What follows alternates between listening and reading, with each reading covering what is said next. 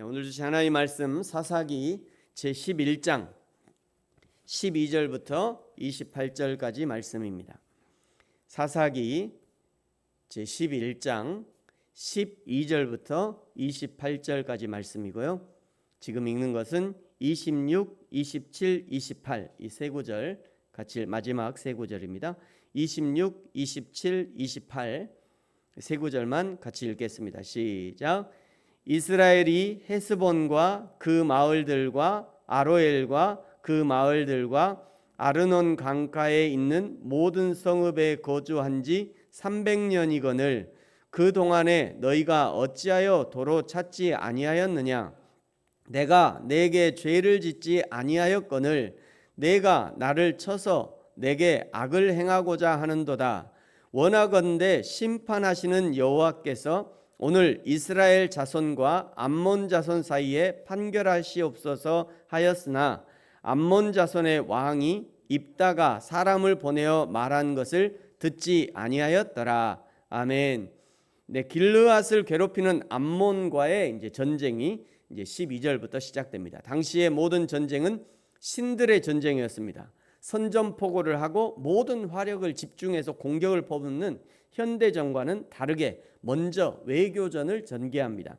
이 전쟁에 대한 명분을 확인하는 것이죠. 그 다음에 이제 대표전입니다. 양 팀의 대표 선수가 나와서 두 사람의 결투를 치르는 겁니다. 성경에 나와 있는 대표적인 대표전이 다윗과 골리앗의 그 싸움이죠.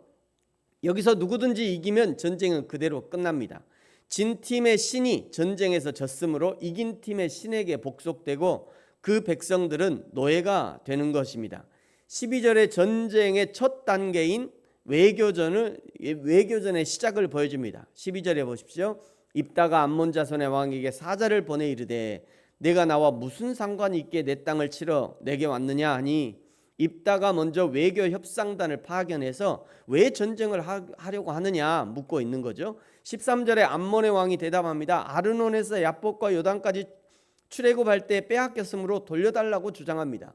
14절에 이하는 입다가 협상단을 통해서 이스라엘은 암몬의 땅을 빼앗은 적이 없다라고 이제 14절 이후부터 강력하게 주장하는데요. 16절에 보니까 오히려 출애굽할 때 17절 민수기 20장 14절의 역사적인 사건을 근거로 에돔 왕에게 그 땅을 지나가게 해달라고 했지만 지나가지 못하게 했고 17절 후반절에 모압은 신명기 2장 9절을 근거로 하나님이 원치 않으셔서 18절 모압의 땅에는 발도 들여놓지 않았다. 19절에 뿐만 아니라 아모리 족속의 시온 왕도 역시 허락하지 않았다라고 진술하죠. 더 나아가 20절에 아모리 족속의 왕 시온은 이스라엘을 선제 공격했다. 20절 하나님께서 시온과 그의 모든 족속을 이스라엘에게 넘겨주셨으므로 22절 그때 아르논에서 야복까지와 광야에서 요단까지 이스라엘이 점령했다라고 당당히 주장합니다. 그러면서 23절은 오히려 입다가 암몬의 왕을 꾸짖으면서 어떻게 하나님이 우리에게 넘겨주신 땅에 내가 차지하려고 하느냐, 이것이 옳은 일이냐 반문하죠. 그리고 24절 침략한 암몬의 왕을 꼼짝 못하게 할 한마디로 압도합니다. 내가 섬기는 전쟁의 신인 그모스가 너에게 주어 차지하게 한 것을 내가 차지하지 않겠냐? 그것은 당연한 거 아니냐? 그렇다면 내가 섬기는 우리 하나님이 나에게 주신 땅을 차지하는 것은 당연한 거 아니냐? 이런 말을 하고 있는 겁니다. 25절에 내가 모압 왕 십볼의 아들 발락보다 더 나은 것이 뭐냐? 발락은요 민수기 20장부터 24장에 보시면 약속의 땅으로 향하던 이스라엘 백성들을 저주하도록 선지자 발람을 고용해서 선지자 발람이 저주를 퍼부은데도 3번이나 하나님이 막아주시죠. 결국 이스라엘 백성들은 아모리 사람들을 물리치고 그들의 땅을 차지하게 됩니다. 26절에 이렇게 하나님이 주셔서 그 땅을 차지하고 산 지가 벌써 300년이 되었다라고 말합니다. 어떻게 300년이나 이 땅을 차지하고 살아온 우리에게 이제 와서 땅을 달라고 하는 것이 이게 이치에 맞는 거냐라고 반박하는 거죠.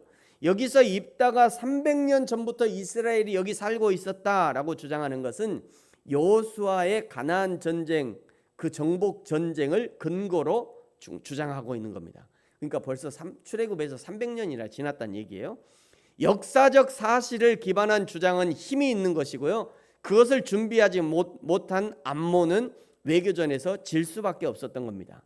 사랑하는 성도 여러분, 저와 여러분이 하나님의 것이 되고 하나님의 자녀가 되고 구원받은 것은 감정적인 문제가 아니라 정확한 하나님의 말씀에 근거한 변함없는 사실이라는 것을 기억하시기 바랍니다.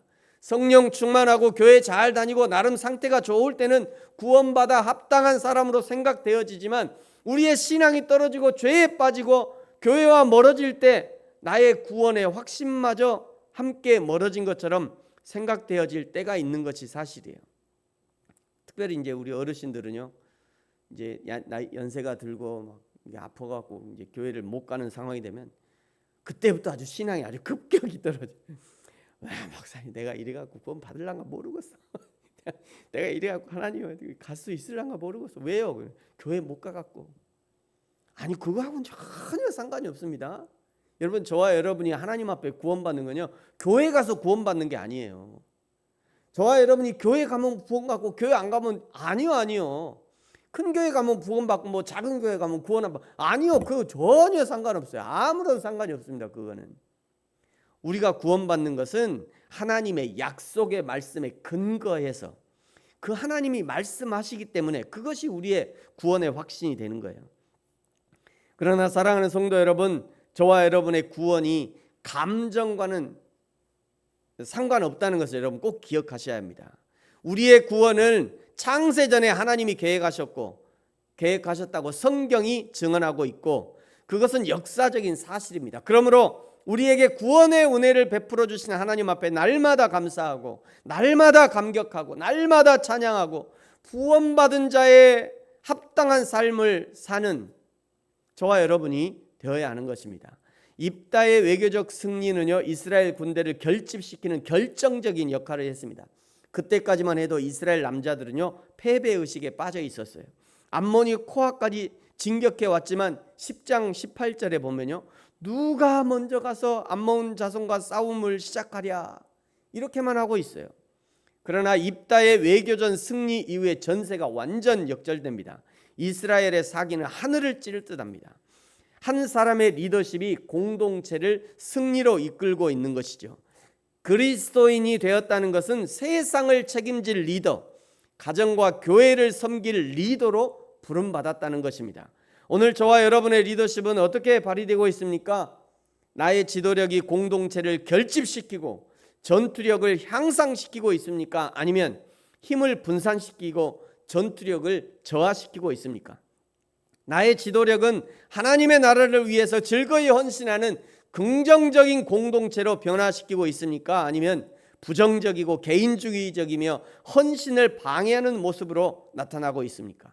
사랑하는 성도 여러분, 저와 여러분이 공동체를 살리고 세우는 긍정적인 지도력을 발휘할 뿐이 아니라 저와 여러분이 가는 곳마다 입다가 리더십을 발휘한 것처럼 구원의 리더십을 발휘하는 저와 여러분이 되어지기를 예수님의 이름으로 축복합니다. 기도하겠습니다. 하나님 아버지, 감사합니다. 입다와 암몬의 전쟁이 시작됩니다. 입다는 역사적 사실을 근간으로 하는 외교전을 펼칩니다.